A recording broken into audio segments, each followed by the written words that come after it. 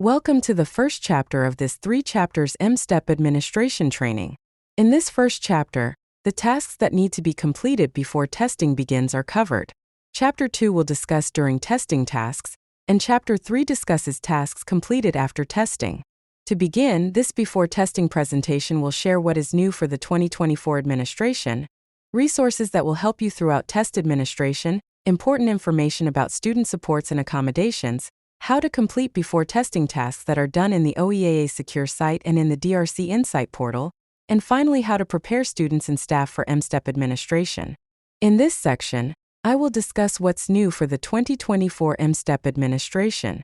Due to the repeal of the retention component of the Read by Grade 3 law, there is no longer a need for the shortened test administration window for Grade 3 ELA.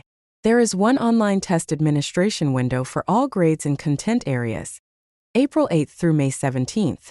There are 2 major updates to test directions that apply to online tests only. First, TTS for directions is required for all online tests. On the initial login, TTS will autoplay for all students and the next button will remain inactive on each screen until the directions on that screen have been read. Subsequently, students will not be required to listen to TTS again. If they log in again after they initially begin the test, for example, if they pause the test for more than 20 minutes or if they complete the test in a later test session, they will be delivered the direction screens but the next button will be active. So they will be able to listen to directions again if they select play, but they will not be required to listen again. The next button will be active the entire time. Make sure that test administrators follow the directions provided in the test administrator's directions and manual documents. There are directions for logging into the test and a couple of screens that are completed together. In addition to the requirement to use TTS for directions for all online tests, the directions themselves have been revised. Each year after the test administration, OEAA conducts a post-administration survey. Consistent feedback we have received from this survey has been that the online test directions were too long, so they have been revised. Revisions apply to the answering questions, navigation, tools, and helpful testing hint screens. On the answering questions screen, they have been revised to be more clear and shorter. The navigation screen was revised to remove common tools, like how to use the cursor. Now, the navigation screen only includes directions for how to navigate unique item types for the assessment the student is going to take. Tools screens have been removed from all tests. There were 2 to 3 pages of tools informing students of the highlighter, sticky note, and other tools, as well as the tools that are unique for each assessment. The same directions for tools are still available on the Insight Tools poster. So if your district or building would still like to display the Insight Tools poster in the classroom, that can be printed from the link on this slide and posted in the testing room. Finally, the helpful testing hints is revised for clarity, and a bullet point was added to refer to common tools and how students can access directions for each tool by selecting the Help button. You can view these revisions and the updated functionality in the online tools trainings, or OTTs, linked here. New in spring 2024, test sessions are set up only in the DRC Insight portal. You can no longer set up test sessions in the Secure site. This was to remove redundant functions across systems and limit the number of tasks that you need to know. This way, all online assessments will have a similar process for setting up test sessions. We've made some updates to how incident reports will be addressed. First, for prohibited behaviors with the ever-changing landscape of electronics that may exist in buildings, we've been seeing more incidents where a student had a smartwatch on or other electronic device but they didn't use it or access it. And in many cases they just forgot it was on when testing started. To be clear, we should still be avoiding those instances as much as it is possible. But if there is no indication the student accessed or used the device, we've determined it is not necessary to mark the test prohibited behavior or to invalidate the test. It still is required to be reported, but the test won't be marked prohibited behavior in those instances. If any electronic device is accessed, it will still be invalidated. The determination about whether it was or was not accessed will be done by the school or district reporting. Whatever your investigation determines occurred will direct how the incident is responded to. In addition to that, there will be a separate category under prohibited behavior to report if anything is posted anywhere online. That's still a prohibited behavior and the test will be invalidated, but with the security risk that it opens up that's going to have its own category. Finally, there have been a few instances where a student experiences a mental health crisis during testing, and we've had some questions about how that should be reported, specifically in instances where the event disrupts the testing environment. Again, the school and/or district will make the determination when there is an incident related to a student's mental health. When it is determined that there was a mental health crisis, then it should be reported in the student became ill category, and that will be addressed in the same way as any other health issues that may occur on testing day. The report will need to be submitted. Initially, even if there is not a final determination yet, you should submit just in case. Then the test can be regenerated pending parent permission. There are frequently questions regarding training that's required to be provided to test administrators, so the test administration manual provides clarification around that, both in the What's New section, and there is also a new item in the Before Testing section that lists all of the things test administrators need to know. Connected to this, the updated OEAA security compliance forms include an affirmation that the test administrator received the required training. These are the required training components listed here. Test administrators must be trained in active monitoring best practices, secure material handling, and building electronic device policy. They must complete the required assessment security training and calculator and scratch paper policies. They need to know the materials they'll need during testing and the building test schedule. Test administrators are required to read the test administrator's directions and manual documents for the grade they will administer. They need to know the designated supports and accommodations that will be used in their test sessions, and of course the devices used for online testing. Also, the QR code goes to our toolkit that is provided to support training. There's a template of a PowerPoint there that you can use and modify to prepare your training. Finally, the social studies items have been realigned to measure the 2019 revised standards, but there isn't a change to the blueprint at this time. This image is of the social studies blueprint, but you can download that from the MSTEP webpage too. All passage-based writing items now have human voice audio, which functions the same way as the listening items. MDE determined that, since these items measure student writing and not reading, all students can have access to the human voice audio regardless of assigned supports and accommodations. Next, we're going to discuss important resources and information that will support you throughout test administration. Test administrators can read the Assessment Security for Test Administrators Appendix to fill their assessment security training requirement. This document condenses all of the information from the Assessment Integrity Guide that test administrators need to know into a few pages. The document is found as an appendix in all of the test administrators' directions and manual documents, the MSTEP Test Administration Manual, and the Assessment Integrity Guide. Test administrators can still choose to complete the MDE Assessment Security modules through Michigan Virtual, in place of reading the Assessment Security for Test Administrators document. They are only required to do one, not both. The requirements for assessment security training for district and building assessment coordinators have not changed. They must complete the MDE Assessment Security Training modules on Michigan Virtual and read the Assessment Integrity Guide. If you have previously completed the full Assessment Security modules, then you will be delivered the refresher course. The Assessment Coordinator Training Guide provides information that takes assessment coordinators through the tasks and responsibilities done before, during, and after the administration of all of Michigan's statewide summative assessments. This will help you with MSTEP, but also all of the other Michigan statewide assessments. If you are a new assessment coordinator, it is suggested that you progress through the entire training guide in the order presented. For returning assessment coordinators, this guide can be used as a refresher. You could use sections of this guide as you approach each task, or if you run into difficulty with any assessment administration task, you can use this document as a reference material. While this training guide provides training for each task that must be done, it is not intended to replace the testing manuals, guides, and other test administration-related resources that are provided. You can find this guide through the link at the top of all assessment pages. The Assessment Coordinator Training Guide webpage also includes a link to bookmarks that you can download and save to your web browser for easy links to many assessment-related websites. Other important resources for you to review as you prepare for the test administration are the Guide to State Assessments and the Assessment Integrity Guide. The Guide to State Assessments includes detailed information about state assessments and is important to review.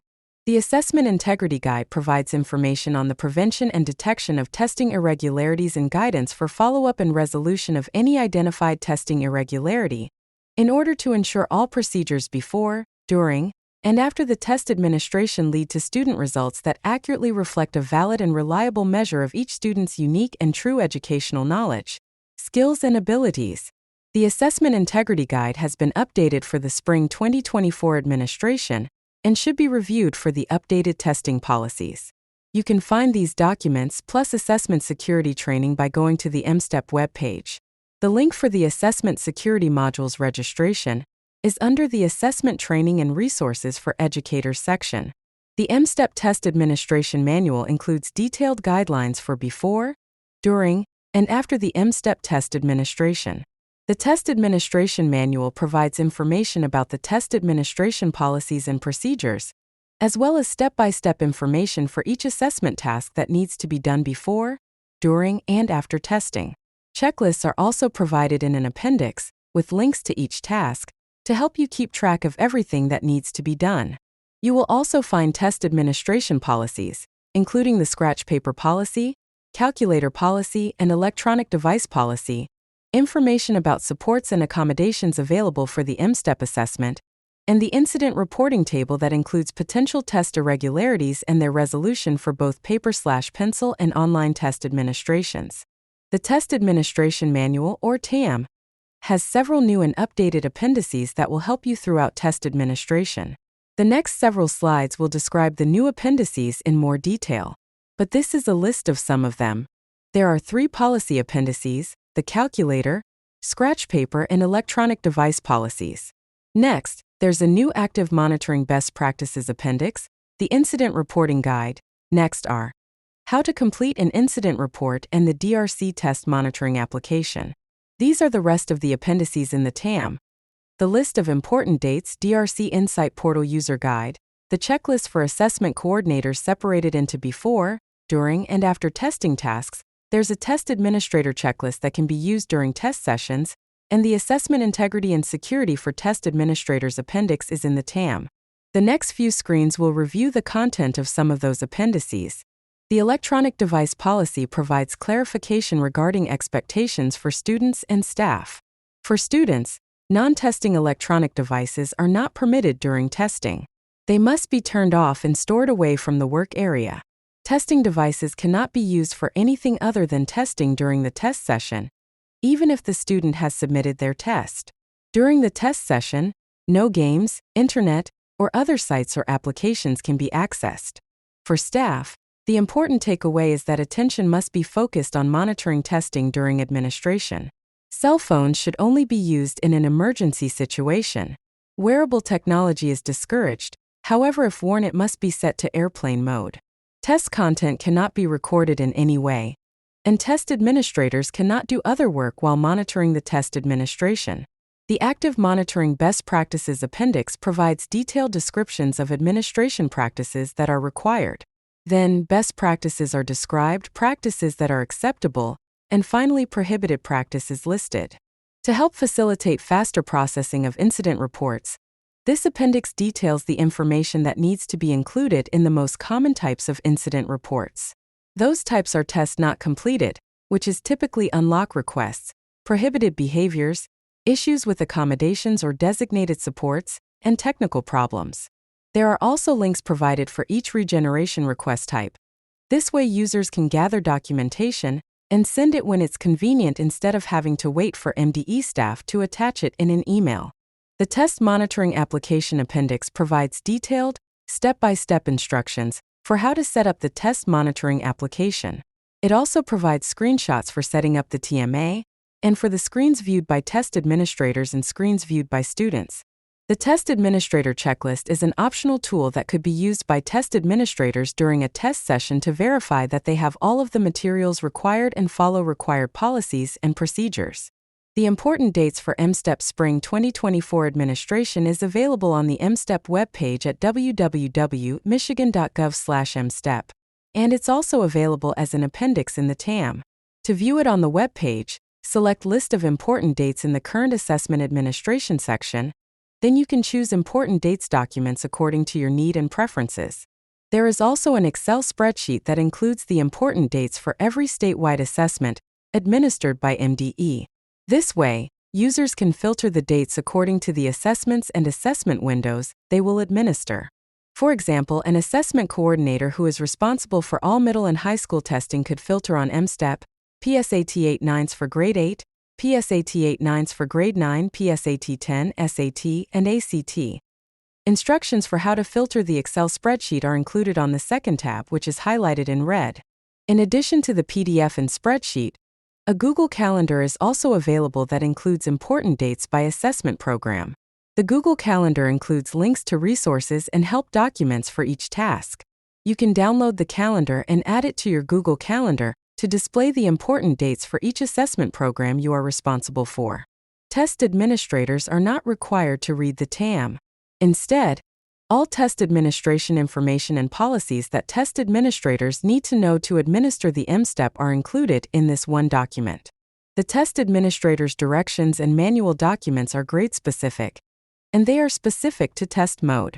There is a separate document for each grade by test mode. It is required that test administrators read this document prior to administering the test. Off-site testing is for schools who cannot test on-site at their school buildings. Off-site testing is used for virtual schools, schools that offer virtual instruction as their educational program. Off-site testing also occurs for individual students. When a school is providing educational services to a homebound student, students are suspended during the testing window, or students are expelled with services. The off-site test administration request is found under the Assessment Registration tab in the OEAA Secure site. Select Off-site Test Administration Request. The window to submit off-site test administration requests is open now through May 16, 2024. I'm going to take a few minutes here to review student supports and accommodations. During testing, issues with supports and accommodations are a frequent testing irregularity that is reported through our incident reporting tool. An accurate identification of student-designated supports and accommodations before testing begins can help prevent a lot of these issues from occurring. So I'm going to walk through what they are, some suggestions for helping keep track of what supports each student needs, and then how to assign them in the DRC Insight portal. First, when we speak about universal tools, these are tools that are available to all students. An example of this would be the highlighter. It's available on each item on the online test for all students, and schools are allowed to provide highlighters for paper/pencil testers to students. Just make sure they're not using it on the answer document. This is a tool for everyone. Students can use it if they find it helpful. Designated supports are available for students based on their specific need. These are decided by educators, and they should be supports that are used in day-to-day instruction. The most common example of a designated support is TTS for items only. Again, this should be decided individually by student, never assigned to a whole class, grade, or content area.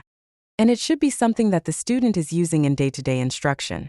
Finally, accommodations are available for students whose IEP or 504 plan documents the need for this accommodation. An example of this would be the multiplication table for grades 6 and 7 mathematics. It is only allowed for students who have an IEP or 504 plan, and that plan must specifically indicate the need for a multiplication table during MSTEP testing in order for the accommodation to be allowed. To help clarify about text-to-speech, or TTS, there are 3 different types of TTS. TTS for directions, TTS for items only, or just TTS and TTS passage. TTS for directions is a universal tool that is now required for all students testing online. It does not need to be assigned in the DRC Insight portal. It is provided for all students. TTS is a designated support. It reads only the items on the test and can be assigned based on the specific need of the student. TTS Passage is an accommodation that is available for grades 6 and 7 ELA only. TTS Passage reads the passages and the items. This can only be assigned if TTS or Read Aloud is listed in the student's IEP or 504 plan. This is not available as an accommodation at all for anyone for grades 3 to 5 ELA because it would change the construct, or what is being measured, of the test. This slide reviews what is included for TTS and for TTS Passage. TTS is available in all content areas, and it will read questions and answer options. Science and social studies contexts are also read when TTS is assigned. These tests are assessing student knowledge of science and social studies. So TTS for Science and Social Studies does read the contexts. TTS Passage for Grades 6 and 7 ELA will read the passages as well as the question and answer options. It's important that you take time before testing to create a process that you will use to review which tools students are using in the classroom as a first step in thinking about supports and accommodations on the test. Then you should work with your team to determine if there is a match between what is used in the classroom and what is available on the M-STEP. Do not review the list of available designated supports and accommodations and then try to fit them to the student or students. Start with what happens in the classroom, then find what matches in the supports and accommodations guidance. You can find the supports and accommodations guidance document on the M-STEP webpage at www.michigan.gov/mstep under the Student Supports and Accommodations heading. There is some good information in there, including some template documents that will help you keep track of what you should and should not be assigning for students. Make sure you take a look at this document before testing, which means now you should meet with staff who are involved in students' day-to-day instruction, including special education staff, to determine what students need during testing. Once you have this information, either using the template provided on the M-STEP webpage or in another format that you have, then you should assign all of the universal tools, designated supports, or accommodations in the DRC Insight portal. Once this is done, make sure that your test administrators are made aware of all supports and accommodations that students need in their test sessions. This is important because not every support or accommodation is necessarily delivered through the testing engine, and if there are any issues with anything, the students will be notifying their test administrator. Some schools use Google Sheets or other collaborative software to make sure that everyone's aware of what is needed. Again, you can use this process or another process, but the important thing is that all test administrators know every support and accommodation that each student should or should not have in each test session. This is an important role of the assessment coordinator. Then, once everyone knows everything they need to know, you'll need to make sure they have access to all of the materials to provide the supports and accommodations. This means things like headphones for TTS, or calculators for grade 6 or 7 students who are using a handheld calculator. For online testing, you assign students universal tools, designated supports, and accommodations in the DRC Insight portal to ensure that students receive the appropriate supports during testing. You can see whether a support is a universal tool, abbreviated UT, designated support, abbreviated DS, or accommodation in the DRC Insight portal on the screen where you assign them. Make sure that you are working with educators to assign these appropriately. Also, you must assign all designated supports and accommodations before you print any test tickets. If test tickets are printed before you have assigned designated supports and accommodations, they may not be available on the student's test. For paper/pencil testing, there are two important reminders. First, it is required that the assessment coordinator or test administrator complete the bubbles indicating which designated supports or accommodations the student used during testing. Second, when testing paper/pencil, always use the answer document that aligns to the test booklet. For students using accommodated versions of the test, such as Braille, the correct answer document is included in the Braille kit. Use the answer document that comes in the kit to avoid any errors. This section provides information about required test schedules and test time estimates that should be used when preparing your test schedule. Before testing begins, you're going to need to create your building or district testing schedule. These are required to be maintained at the district for 3 years, and they must include the information included on this slide: district and building name, building assessment coordinator's name, the date, location, and starting and ending time of the test administration, the assessment grade and content, and finally, test administrator and proctor names for each testing session. There's a template available in the Assessment Integrity Guide on the M-STEP webpage. Again, that's www.michigan.gov/mstp under the Current Assessment Administration section. You are not required to use the template, you can create your own, but you need to have this information on it. You can see here the estimates for the time students spend testing. For your schedules, you need to add in time for test administrators to read directions, for students to log in, and for other administrative tasks. There are MDE recommendations for how to schedule in the M-STEP TAM. Also remember that M-STEP is not a time test. Students need to be provided adequate time for them to complete testing. For ELA, Student testing should take approximately 2 hours. Math, grades 3 through 5 is estimated for an hour and a half, and 2 hours in grades 6 and 7. And science is estimated in 5th grade for an hour and a half. Finally, 60 minutes is the estimate for 5th grade social studies. These are the grade 8 test time estimates. The M-STEP tests are estimated at an hour and a half for science and 1 hour for social studies.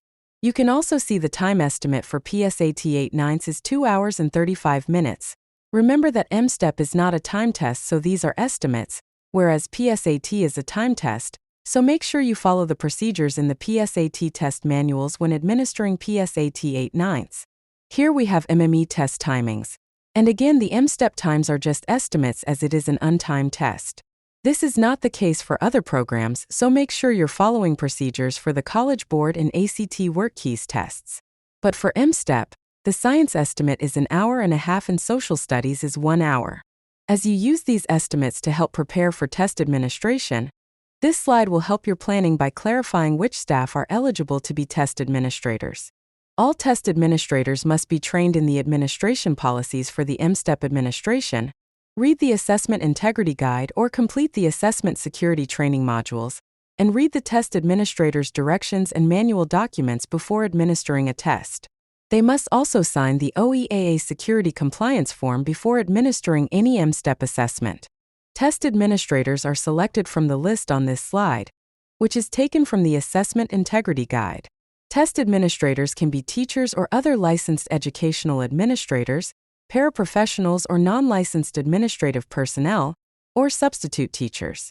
Anyone who administers the test must complete the required training and complete the OEAA Security Compliance Form before administration. This section reviews the tasks that need to be done in the OEAA Secure site. Here's a website that you'll want to bookmark for detailed information to perform each of these tasks: www.michigan.gov/SecureSiteTraining. This training page has documents and videos of each task that occurs in the secure site, including all of the tasks that I will discuss here.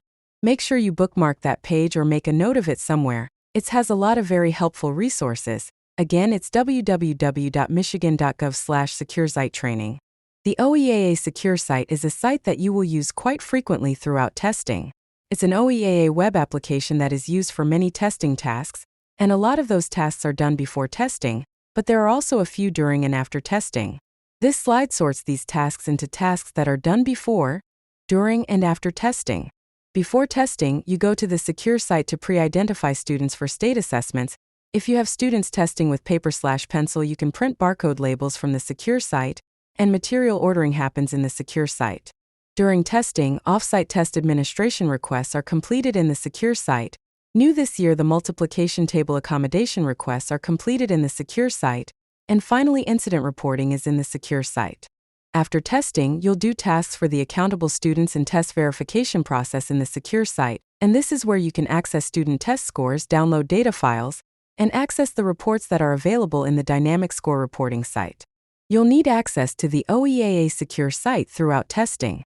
If you don't already have access, this slide tells you how to fix that. You log into the OEAA Secure site using your MEIS login and password. That will bring up the Request Access page, which gives you direction for how to request access. If you need detailed instructions or additional help, then the Secure Site training page can help you. Go to www.michigan.gov/SecureSiteTraining and click right at the top of the page, How do I get access to Secure Site? The OEAA pre-ID'd students based on your Fall MSDS General Collection Student Count Day on January 3rd.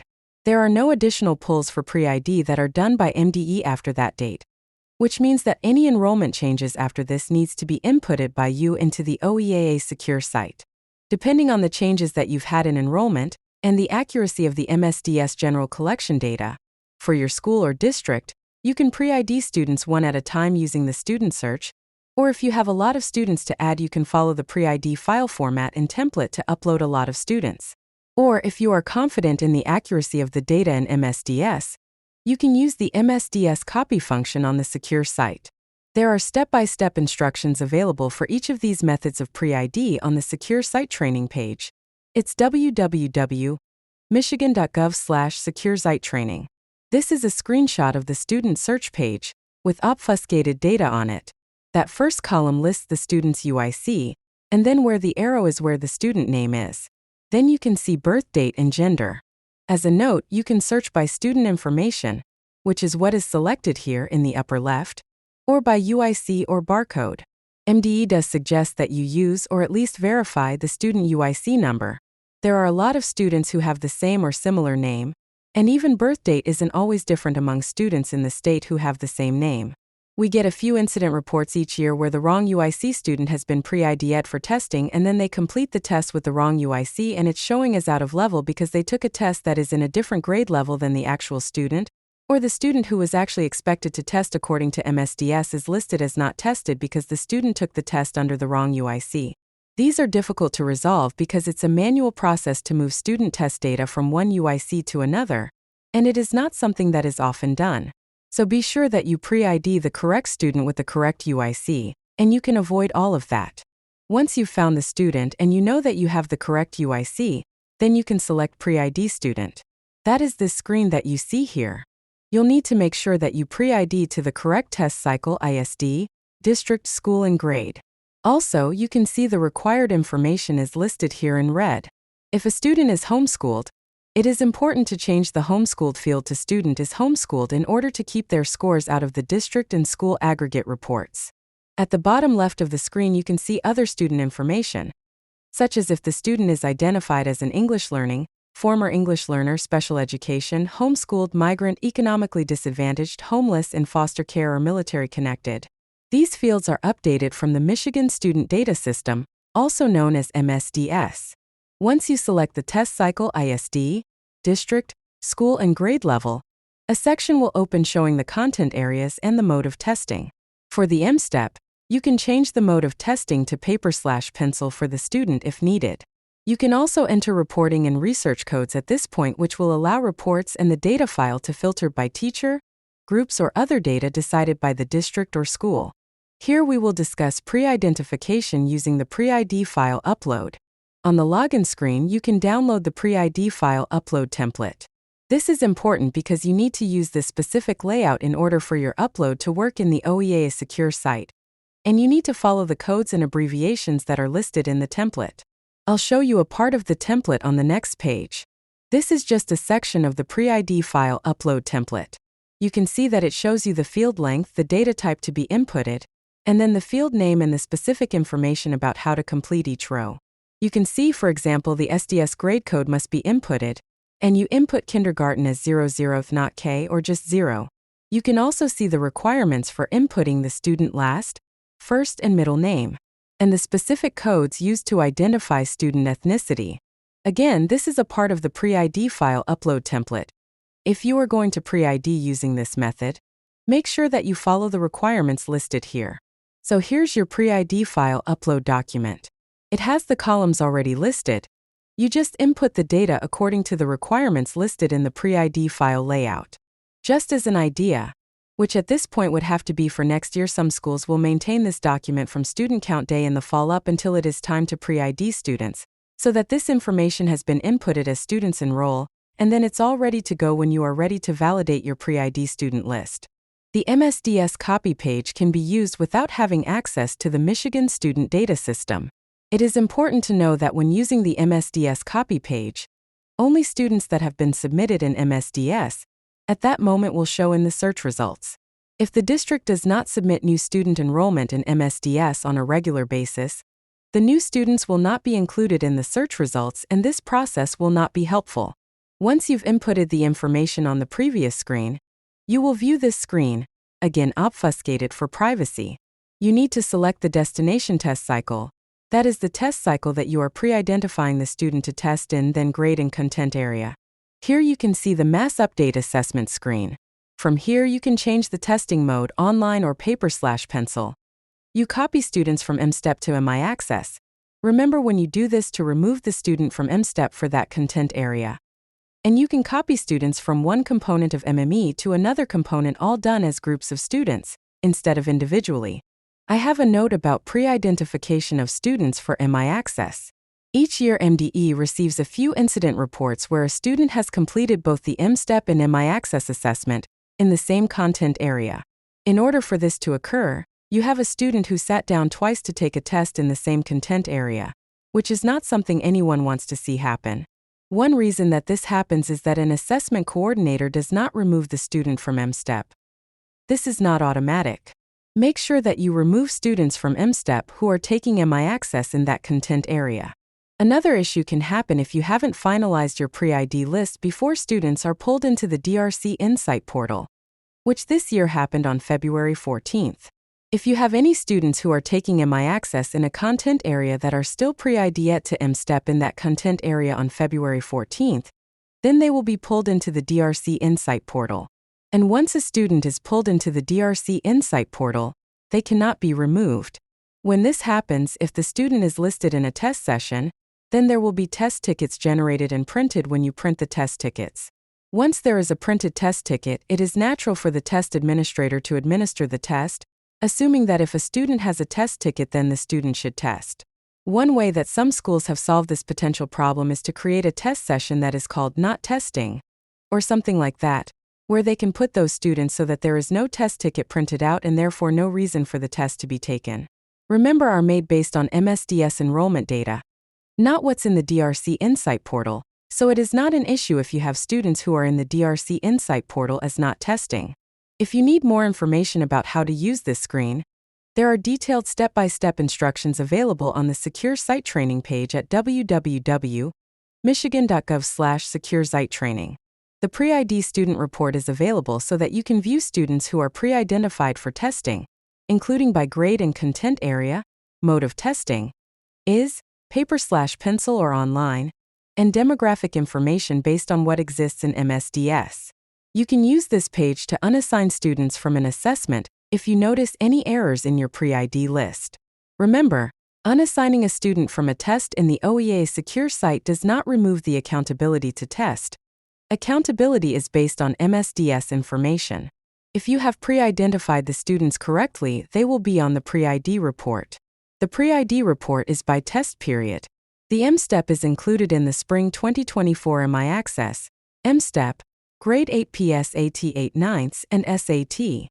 If you have district-level access, you can select District Pre-ID Report from the school dropdown and download a file with the district pre-ID data. Remember, you can unassign students from testing if you see them on this list, but they should not be. This is another opportunity to verify that your students who are taking MI Access in a content area are not also pre-ID yet for M-STEP.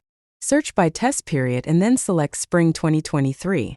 On the search results, there are tabs that can help you identify possible problems to help ensure students have been pre-identified to the correct assessments and content areas. The results display each student that is pre-identified, the assessment, the content areas, the mode of testing, and some demographic information. If the student demographic information is incorrect, work with your authorized district MSDS user to get the Michigan Student Data System updated. Don't know who your authorized MSDS user is? Click on the Download MSDS Authorized Users button to locate their name and contact information. Barcode labels are required for all paper/pencil M-STEP answer documents. You must have a student barcode label on each answer document. If you pre-identified students and indicated a paper/pencil mode of testing by February 14th, then barcode labels will be printed and shipped with your initial material order. If not, then you have to print them from the OEAA secure site. To find barcode labels in the secure site from this screen, you search by test cycle, ISD, district and school, and you can filter your results by student name, UIC, grade, or test mode, paper/pencil or online, to print barcode labels. This note pops up on your screen when you select, on the lower left of the search results. There are specific labels and settings that are required when you are printing your barcodes, so make sure you read this so that your barcodes are printed correctly. Initial material orders were done through the OEAA secure site and are based on your pre-ID counts. Additional materials orders will also be done in the OEAA secure site. This function is available once the IMOs have arrived in schools. Dates for material delivery are listed here and in the important dates documents. March 25th through 27 is the default date range, and April 1st through 3 are the alternate dates, in case your school or district has a conflict for the default dates. Deliveries for AMOs are based on ordered materials. You can still place material orders if you have any need for additional materials. The window for additional materials orders is listed here, April 4th through 30. Orders are accepted through noon on April 30th. These dates are also listed in the Important Dates documents. We are asked frequently what comes in the initial material orders, which are based on pre-ID count. This slide lists materials sent to all students, then the table lists materials sent to schools with only online tests, and schools that have any paper/pencil tests. Everyone receives OEAA security compliance forms and the test administrator's directions and manual, either online and/or paper/pencil, or both, depending on their pre-ID count. The test administrator's directions and manuals are sent at a rate of 1 per 20 pre-ID ed students. Then, for schools that have online testing in their pre-ID count, if they have 6th or 7th grade students, they will also receive 1 graph paper per student. For schools that have any student pre-ID ed for paper/pencil testing, they will also receive blank labels that you can print barcodes on, listening scripts and listening recordings, of course the test booklets and answer documents, and your printed pre-ID labels, based on the students who were pre-ID ed to paper/pencil testing on or before February 15th. Return kits are now only sent to schools that have students pre-ID ed for paper/pencil testing. If you had no students pre-ID ed for paper/pencil testing during the initial material order window, but subsequently order paper/pencil materials during the additional material order window, you will be sent the return kit with your additional material order. Finally, any schools that ordered any accommodated materials will receive those according to the materials ordered. Make sure that you inventory all of your secure materials when you receive them. Use the packing slip that's included in your delivery to verify that everything listed on the packing slip is included in your order. If there are any secure materials that are required to be returned to the scoring contractor, such as listening scripts or listening recordings, accommodated versions of the test booklets, etc. are not returned, you will be required to locate the missing materials. You cannot say at that point that you didn't receive them, you need to tell us that at the time of delivery. If you do your inventory and there are any materials that are on your packing list that you did not receive, call 1-877-560-8378 and select option 3, or you can send us an email at mdoeaa@michigan.gov so that we can locate the missing secure materials. This is important because failure to return all secure materials may result in the district or school being placed on a future monitoring list. On random visits to schools, management of secure materials comes up as an issue in some schools. So this slide is a reminder. All secure materials must be retained in a secure, locked location within the school. This cannot be just in a locked office, like on the principal or assessment coordinator's desk, because it's possible that the office can be left unattended and the materials are not secure. They need to be locked in a cabinet or drawer when not in use. Next, all secure materials must be distributed and collected each day. Secure materials for online testing are test rosters and test tickets, and any used scratch or graph paper. For paper/pencil testing, secure materials include test booklets, used answer documents, L1 glossaries, any accommodation version of the test, listening CDs or scripts, reader scripts, used scratch or graph paper, and more. Make sure you review the TAM if you have any questions about what are secure materials. The multiplication table accommodation, which is available only for M-STEP Mathematics grades 6 and 7 for students who have an IEP or 504 plan, and for whom the IEP or 504 team have determined it is appropriate, is now requested in the OEAA Secure site. For previous administrations, schools that had students testing using the multiplication table requested it by emailing OEAA. This is no longer allowed. To request the multiplication table, after you have logged into the OEAA Secure site, select the Assessment Registration menu, then Material Orders, and then M-STEP Multiplication Accommodation Requests. You will be required to select the student or students the request is for from your list of pre-identified students. Once you've selected the student or students, the system will display whether the student is marked as special education in MSDS. This is required for use of the multiplication table accommodation. The last update date from MSDS is displayed. In case there is a data error, or if the student has a new IEP or 504 plan. If the student is not flagged special education in MSDS, but you are still able to download the multiplication table, but be sure it is resolved in MSDS. When you submit the request, the multiplication table accommodation is immediately available for download from the page. There is no waiting or approval process to receive the accommodation. It will be available as soon as you submit the request. This form will be available in the secure site from March 25th through May 17, 2024. Next, we will discuss the tasks that are completed in the DRC Insight Portal. The DRC Insight Portal is the system used to manage online test sessions, assign designated supports and accommodations, to print and manage test tickets, and during testing to monitor student testing status. Access to the DRC Insight Portal is granted through the OEAA Secure site, based on role assignment in the OEAA Secure site. If you need help getting access to the DRC Insight Portal, go to the Secure Site Training page at www.michigan.gov/SecureSiteTraining and select the document under Security called How Do I Get Access to DRC Insight Portal? The DRC Insight Portal will become available for online test administration tasks beginning on March 3rd. Students who were pre-IDed and in the OEAA Secure site by February 15th will be copied into the DRC Insight Portal. After this date, you still must pre-ID students in the OEAA Secure site, and these students will be copied into the DRC Insight Portal 3 times a day.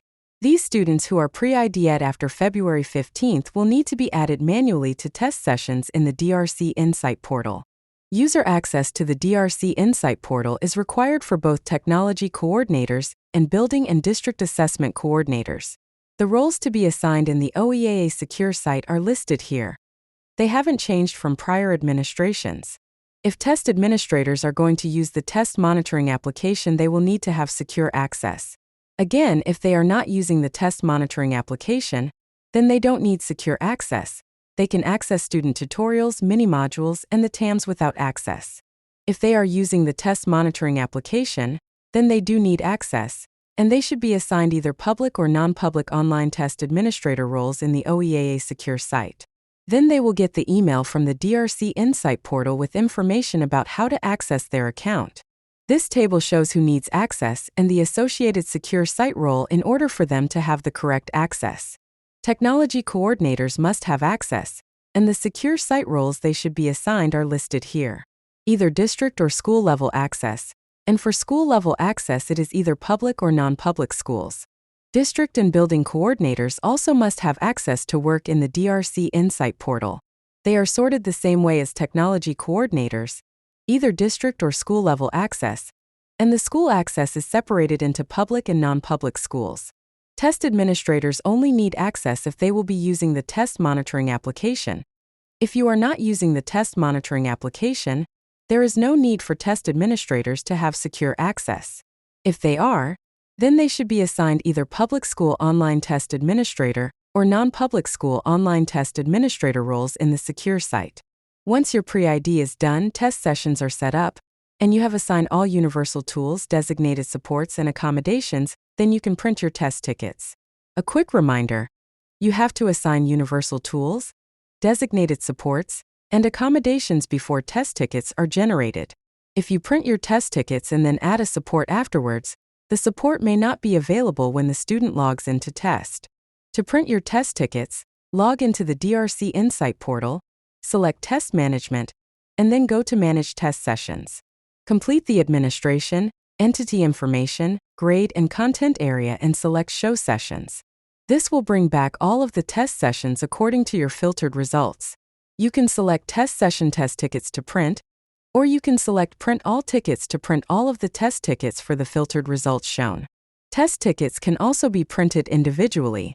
You select the Edit/Print icon shown in the first image, and then select the student or students whose test ticket you are printing, then select Print Selected. The test monitoring application in the DRC Insight Portal allows users to view student testing activity during the test session. You can view when students have logged into the test, what item number they are working on, whether they've paused their test, or if they're inactive. These next few screens will discuss how to use the test monitoring application. First, we will discuss how to set up test sessions with or without the test monitoring application. Navigate to the Manage Test Sessions screen so you can show test sessions. Step-by-step directions for this are provided on the slide, but you just log into the portal, select Test Management from the drop-down menu, then Manage Test Sessions. That will let you search for the appropriate parameters and select Show Session so you can view this screen here. This screen has the red box around the Test Monitoring and Restricted Access menus. These are related but different boxes. The Test Monitoring menu is where you decide whether you're going to use the test monitoring application. You have 3 choices. It defaults to none, which means the test monitoring application will not be available for the test session. Select this if your test administrators do not have access or are not using the application. The other options are optional or required. Optional means that a test administrator could use the test monitoring application during testing, but if they choose not to for some reason, students can still log into the test without a monitoring code. When optional is selected, only students who correctly enter the monitoring code will appear on the test administrator's test monitoring dashboard.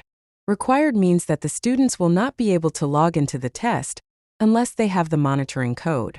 It requires that the test administrator be logged into the DRC Insight portal and provide the students with the monitoring code in order for them to be able to log into the test. Next is the Restricted Access menu. Use this only if you are using the test monitoring application. There are 2 options: false, the default value, or true. True is only an option if the test monitoring menu is set to required. Then, with restricted access set to true, students will be required to enter the monitoring code and will go into a waiting room instead of right into the test when they submit the correct monitoring code. Test administrators will have to admit students to the test from the waiting room. You can choose required in the test monitoring menu and false in restricted access. This would require the students to submit the monitoring code, but then they would log directly into the test without going to the waiting room. We will discuss this more and see these screens on the next few slides. To view the test monitoring dashboard, the test administrator logs into the DRC Insight portal. Then from the My Applications drop-down menu, under Test Administration, selects Test Monitoring. That pulls up this screen. The monitoring code is displayed on this screen, marked here with the arrow. This is the code that the test administrator needs to provide to students in order for them to register to the test session. This screen is a sample of when the test session is set up to optional in the test monitoring menu. The student has the box to enter the monitoring code, but it is possible to continue without entering a monitoring code. If the test session had been left at the default of none in the test monitoring menu, then the monitoring code input wouldn't be visible on the screen at all. If the test session were set up to be required in the test monitoring menu, then the Continue button wouldn't be active until the student inputted a monitoring code. If the restricted access menu is set to true, this is the screen that the student sees after they've provided the correct monitoring code. They cannot start testing until the test administrator admits them to the test session from the dashboard in the DRC Insight portal, which we will see on the next slide. This is the test administrator view of the waiting room. The red next to the Waiting Room tab indicates there is 1 student waiting to test. Test administrators admit students to the test session from this screen.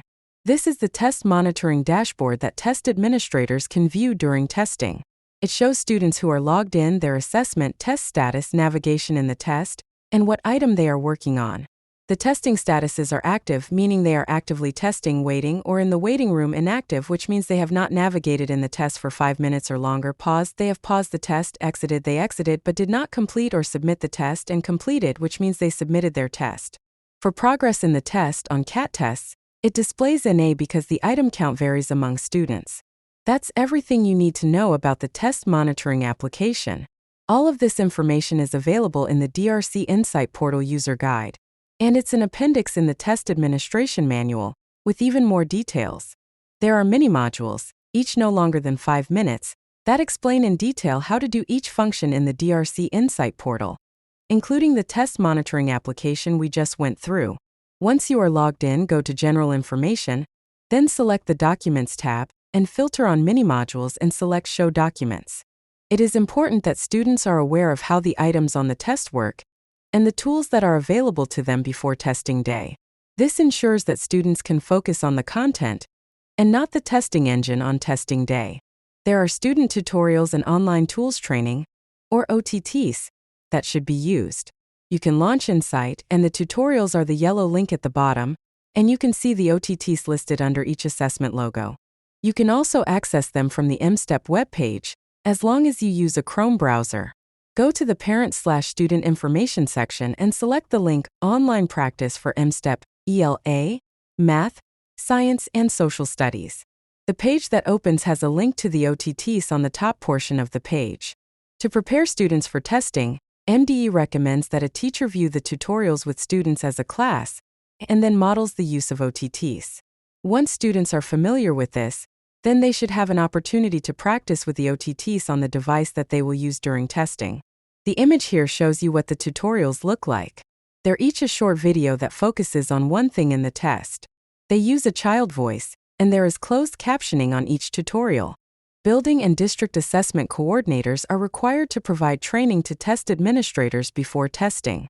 Test administration training includes training in all test administration policies and procedures, including the electronic device policy, scratch paper policy, calculator policy, and requirements for the use of designated supports and accommodations. All test administrators must also sign the OEAA Security Compliance Form and read the test administrator's directions and manual documents for the tests they will administer. Assessment security training is also required. One of either completing the assessment security modules on Michigan Virtual or reading the assessment security for test administrator document is required. Not both.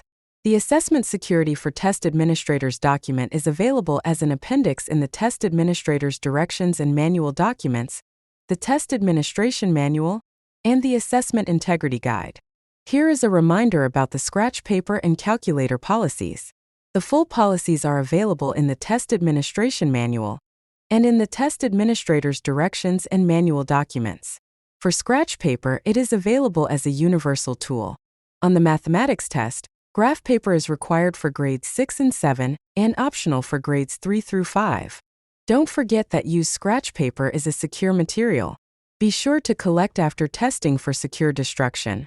You can find the calculator policy on the MSTEP webpage, in the TAM, and in the test administrator's directions and manual documents.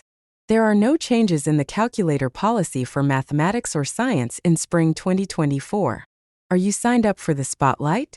It's our weekly newsletter that includes all of the important information that you need to know throughout the year. It comes out on Thursday afternoon. If you're not signed up yet, go to www.michigan.gov/mstep, select the Spotlight logo, and you can sign up there. Thanks for joining me for this first chapter of the 2024 MSTEP Administration Training. You can see our contact information here if you have any questions. Email mdoaa@michigan.gov or call 877-560-8378 and follow the prompts.